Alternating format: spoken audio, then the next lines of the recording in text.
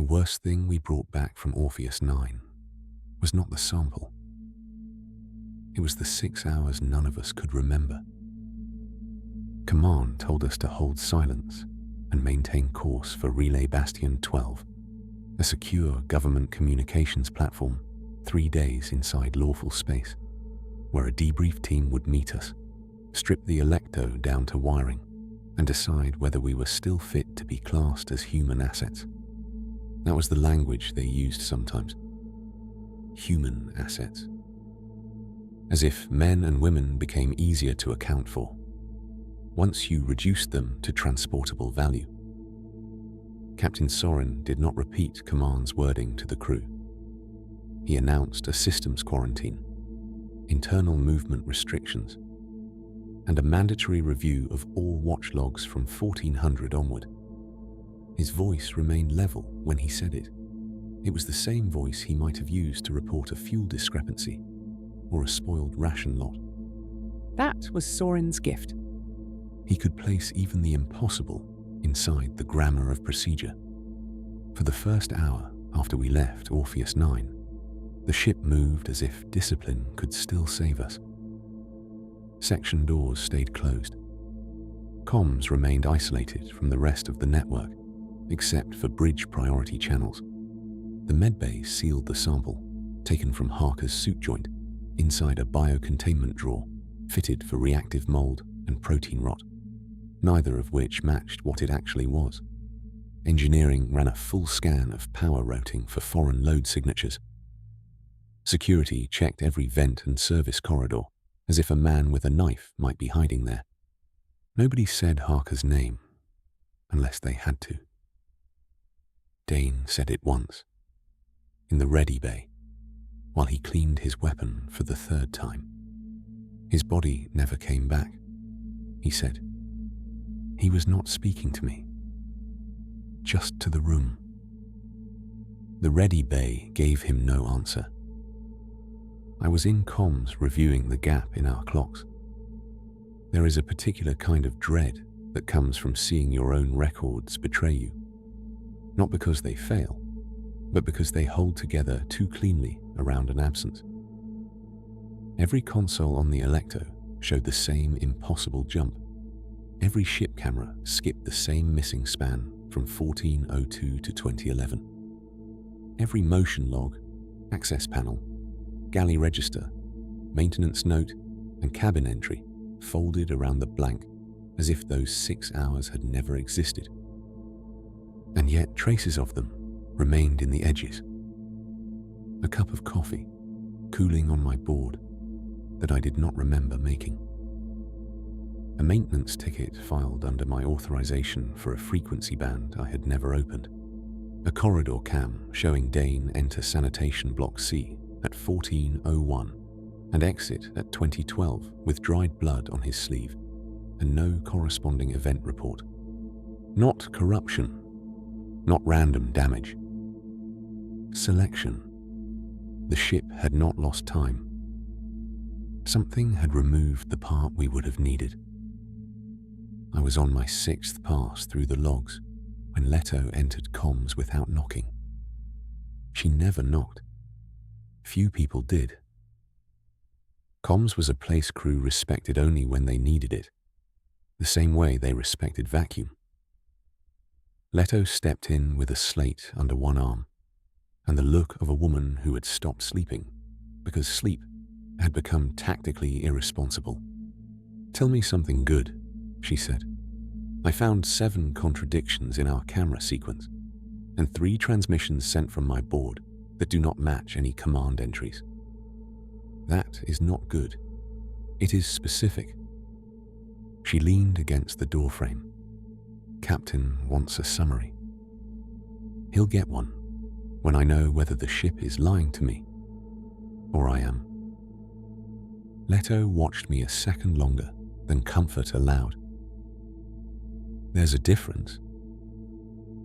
That would have been a better line if she had smiled at the end of it. She did not. I turned one display toward her. "Look at this." It was an outbound narrowband packet, transmitted at 17:43 during the missing interval. The destination field was malformed, partially overwritten, but the header carried my console signature and the Electo's active encryption seed. Leto scanned it. "Can you recover the body?" "I already did." "And?" I played it. At first it sounded like engine resonance, low and uneven. Then a voice emerged from the distortion. Mine. Calm. Controlled. Far calmer than I had ever sounded in a real emergency. It said, "We are received. Repeat. We are received. Route acknowledged. Continue approach." Then a second voice answered, too layered to identify. Male and female at once. Near and very far. Human only in the way a mannequin is human from the end of a hallway. "Proceed." The file ended there. Leto kept staring at the waveform after the sound had stopped, as if the answer might still be moving through it.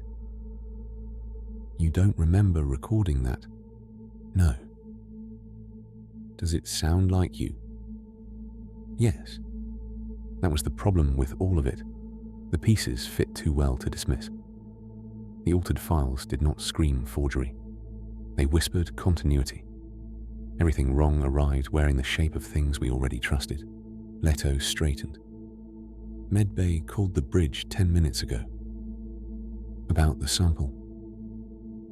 She nodded once. It moved. I should say here that fear does not always intensify in a straight line. Sometimes it settles. Sometimes it becomes practical. Once enough impossible things have happened in one day, the next one arrives almost as relief. At least it means the pattern is real. At least you are no longer arguing with doubt. I secured the console and followed her. On the way to Medbay, we passed 2 security seals and 1 crewman pretending not to watch us from the galley hatch. Nobody asked questions. The ship felt different already. Not louder, more attentive. Old vessels always carry a kind of subconscious life. The ticks in the bulkheads, the vibration underfoot, the air circulation pushing through the ducts. But the Electo now had the quality of a room where a conversation stops just before you enter. Medbay smelled of antiseptic and machine heat. The chief medic, Ren Ilian, stood over containment with both hands flat on the drawer rim. He was a careful man, thin and dry and exact in his movements, the kind who folded wrappers before discarding them. I had never seen him look uncertain until that moment. Captain Sorin stood opposite him, reading from the drawer display. Dane leaned against the far wall with his arms folded, face blank in the way angry men sometimes arrange themselves when they are afraid of being seen as anything else. Ren did not look up as we entered. It is responding to electrical stimulus. Sorin handed me the slate. Inside the containment drawer, the pale material recovered from Harker's suit had spread from dusting to pattern. Fine white filaments had arranged themselves in branching geometries across the steel tray, not random root-like growth now, but repeating structures, concentric loops, radial bridges, latticed junctions. They resembled circuit diagrams, simplified by something that understood function better than form. "Any biological classification?" I asked. Ren gave a humorless breath through his nose. "Not one I am prepared to sign." He tapped the glass. The filaments tightened. Not toward the sound. Toward his pulse reader on the drawer frame, where a green diode flashed twice per second. "It favors rhythm," he said. "Electrical regularity, repeated signal, controlled intervals. When the containment power cycles, it changes shape to match. When we bring a scanner near it, it reaches toward the active field." Dane Dane said, "So burn it." Wren looked at him without expression. "With what?" "Fire. This is a ship." Dane unfolded his arms. "Then space it." Captain Soren intervened before the room could become stupid. "Can it survive vacuum?" Wren hesitated. "I don't know. I don't know enough to make any statement that matters. I can tell you it is not dead tissue and not passive contamination." Leto asked, "Can it get out?" "It already tried." "That landed differently on all of us." Wren pointed to the inner lip of the drawer. At some point since the sample had been contained, 3 fine white strands had extended upward and pressed themselves into the seam of the locking track. Not through, just into it, like fingertips testing a door. I felt my hands go cold. Soren said, "Seal Med Bay from the main recirculation and shut down non-essential power on this deck." Wren nodded. Dane pushed off the wall. "I'll take it to the lock." "No," Soren said. "It spreads toward power." "Why keep it here?" "Because if it wants systems, handing it to a cargo lock actuator is an act of charity." Dane opened his mouth, thought better of it, and closed it again. Captain Soren turned to me. "Comms stays isolated. No external transmissions except command channels. And those go through me. You find anything else in the gap, you report directly." He looked at each of us in turn. "Until Bastion 12, nobody is alone unless required by duty. Paired movement between decks. No unsupervised access to engineering, flight controls, or life support routing. We will assume every system aboard this ship can be imitated." That sentence should have become policy across the outer fleets. Instead, it died with most of the men who heard it. The first confirmed memory conflict surfaced at 22:14 ship time. Deckhand Bryce reported that he had spoken with Harker in the lower junction outside machine stores less than an hour earlier. He was sober, coherent, and insulted when security suggested otherwise. He described the meeting in detail. Harker in partial duty suit, left sleeve torn, asking whether the water in Section C had started tasting metallic again. There were 2 problems with this. The first was obvious. Harker had died at Orpheus 9.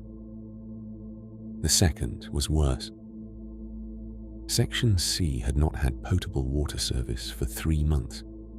The line had been shut after a coolant backflow incident during refit, and nobody on the ship except engineering and old hands ever used that corridor now. Bryce should not have referenced it. When they brought him to the bridge for questioning, he became agitated, then confused, then offended by the fact that no one else remembered the conversation. He insisted on details no one had fed him. Harker's exact phrasing, the way he smiled without showing his teeth, the smell on his suit, like wet plants after a storm. I watched the interview over internal relay from comms. Bryce was not lying. He was remembering something. Whether it had happened in reality, or in whatever the 6 missing hours had become, none of us could say. Captain Soren confined him to quarters with security outside the hatch. At 22:31, Bryce's cabin camera failed for 11 seconds. When it came back, the room was empty. No one saw him leave. No hatch cycle registered. No vent disturbance. No panel tampering. 1 frame he was there, pacing and muttering to himself. 11 seconds of black. Then an empty cabin, and his bedding folded back, as if someone had just risen carefully and tried not to disturb the sheets. That was when discipline cracked. Not openly, not with shouting. Worse than that. Quietly. People started checking corners before entering rooms. They repeated each other's names before answering simple questions. In the mess, crews sat with their backs to walls, or did not sit at all. Every sound became a possibility. Every familiar voice demanded verification. The ship was beginning to teach us the logic of prey. Around midnight, I found the first message addressed to me. It came through maintenance relay, buried inside a diagnostic sweep from Deck 4 environmental control. No alert, no priority marker. Just an irregularity in the line timing that drew my eye because I had been staring at patterns too long. I isolated the packet.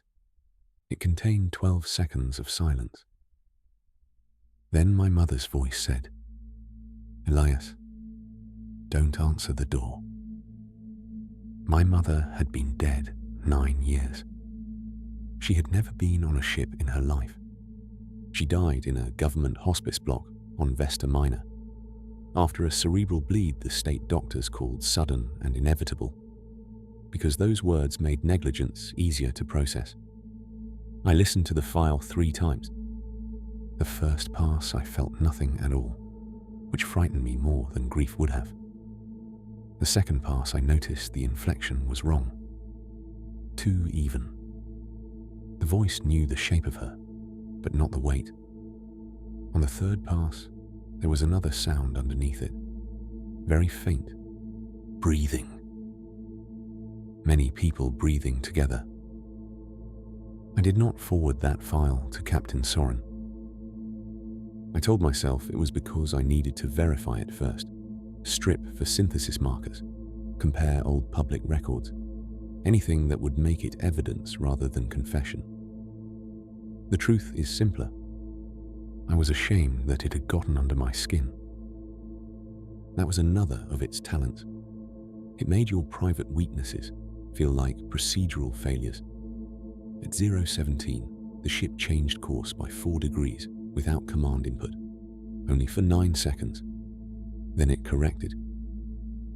Engineering blamed a thruster calibration error until I matched the course deviation against the coordinates embedded in my own false transmission from the missing hours. They were identical. Whatever had spoken through my console was still trying to take us somewhere. Captain Soren ordered manual lockout on all navigation adjustment channels and moved his command station from the bridge to the central operations spine, physically between helm, engineering relay, and comms access. He had Leto sleep in the chair outside. I do not know if he slept at all.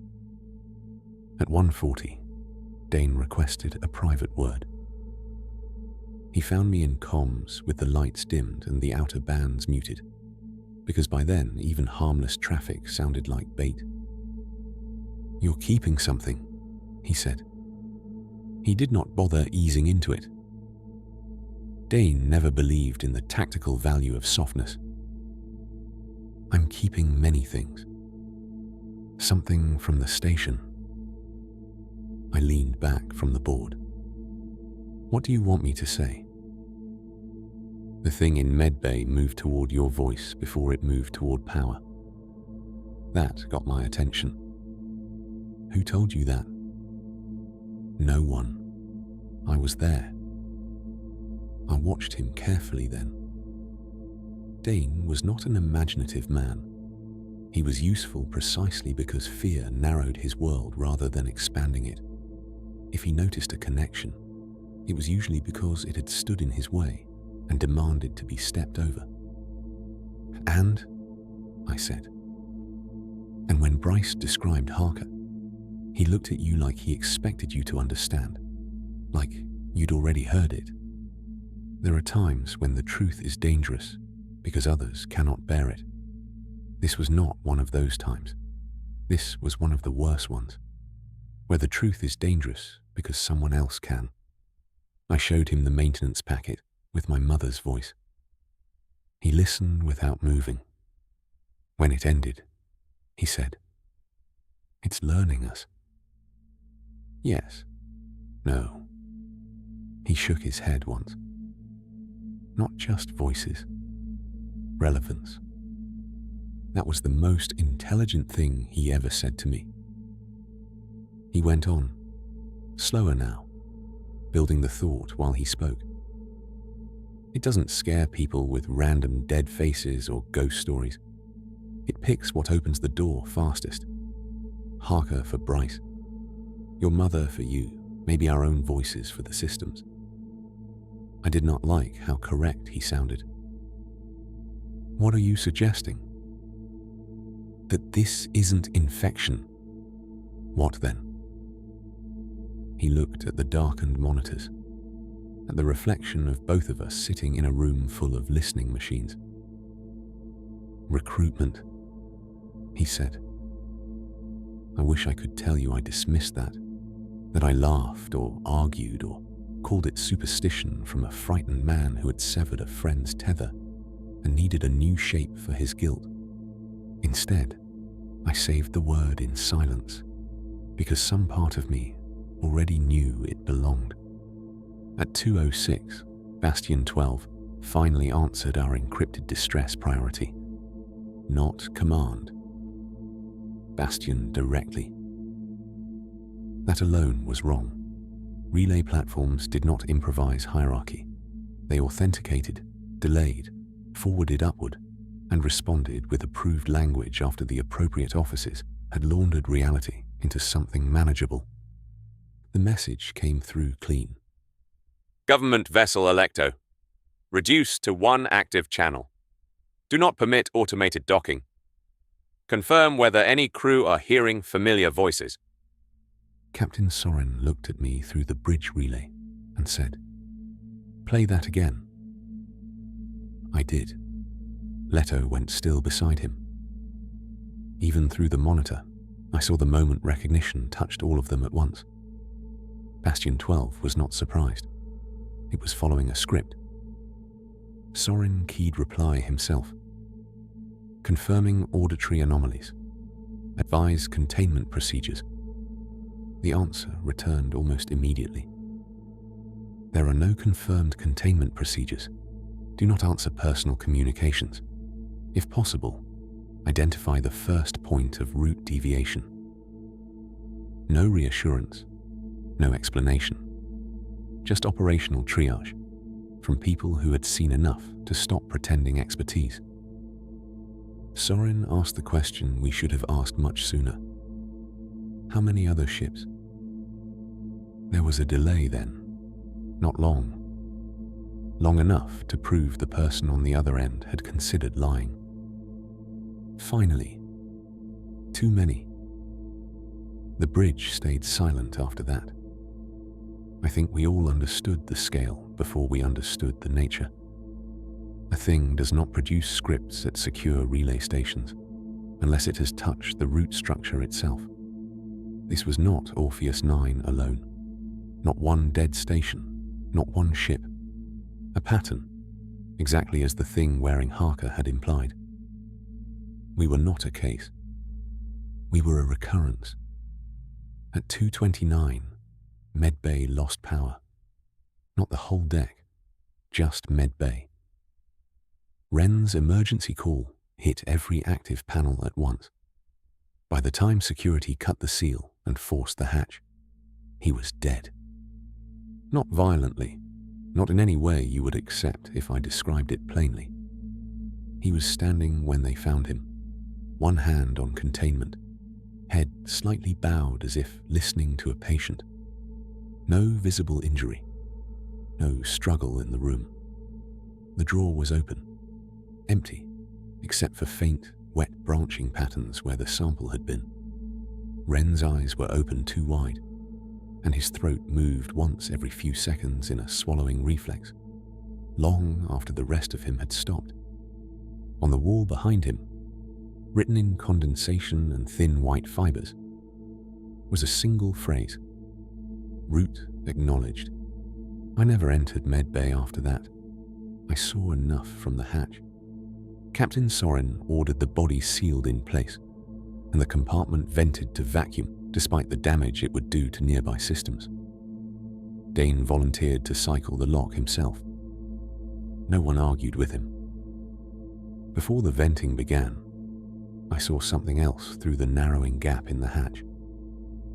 Wren's left hand lifted from the drawer by maybe a centimeter, just enough to tap twice against the metal.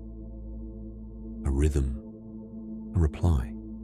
That was when I decided to review not just the missing 6 hours, but everything from before Orpheus 9, all route logs, all quiet band contamination reports, every minor irregularity I had dismissed in the days before the station called. I found the first sign at 3:11 on day 7 outbound, 2 full days before the distress signal.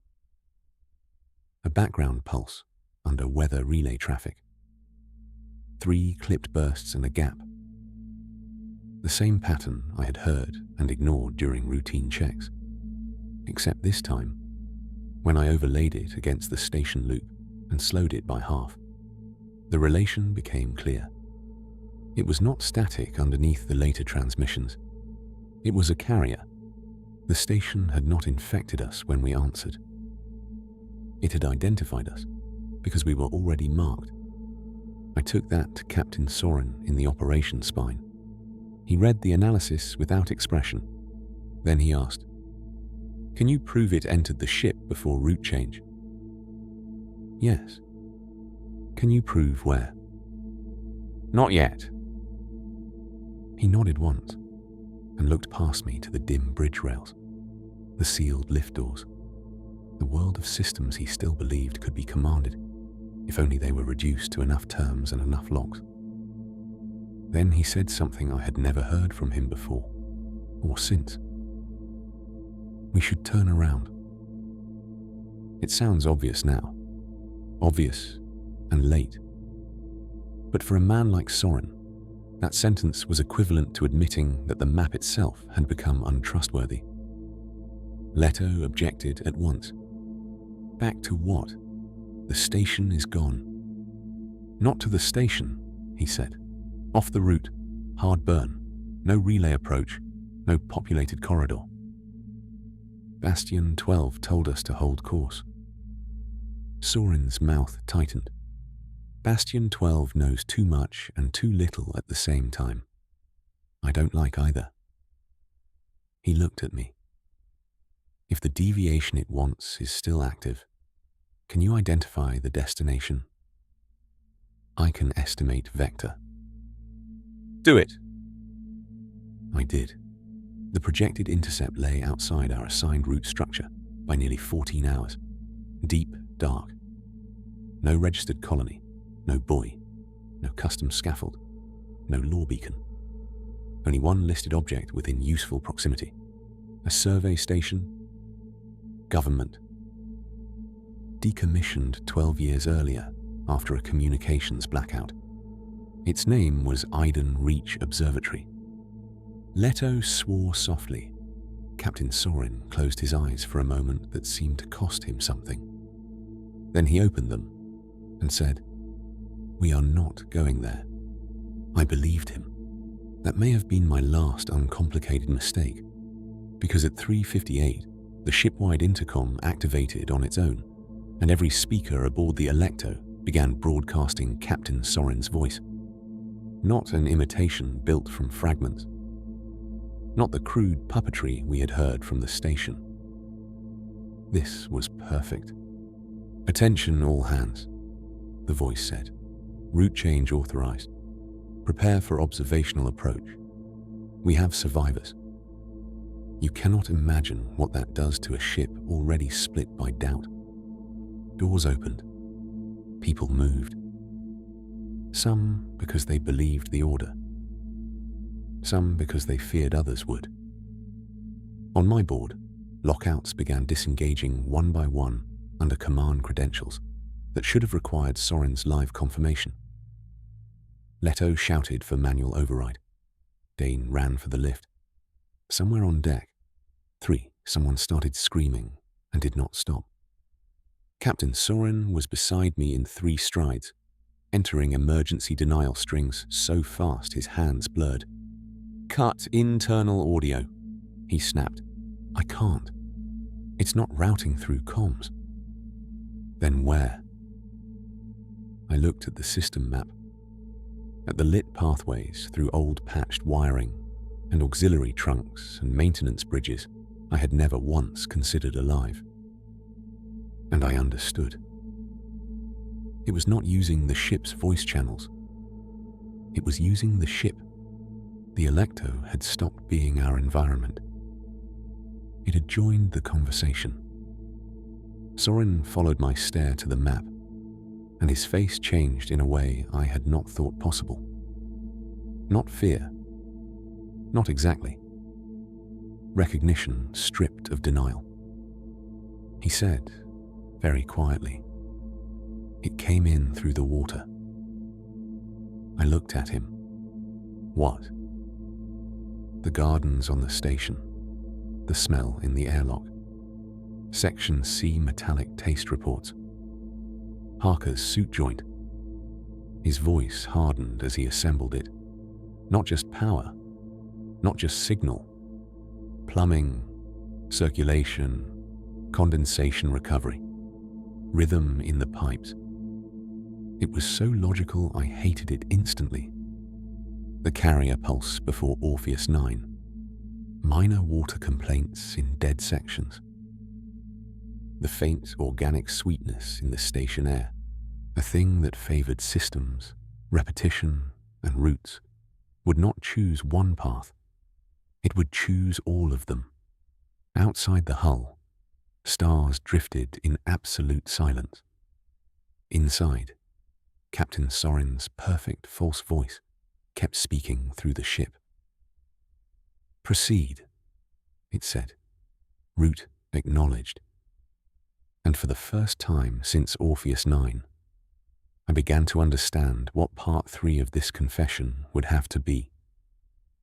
Not the station, not the sample, not even the 6 missing hours. The mutiny was the beginning of the real spread, because some of the people who opened those doors that night did not do it by mistake. Some of them opened them because the chorus had already found a voice they trusted more than their own.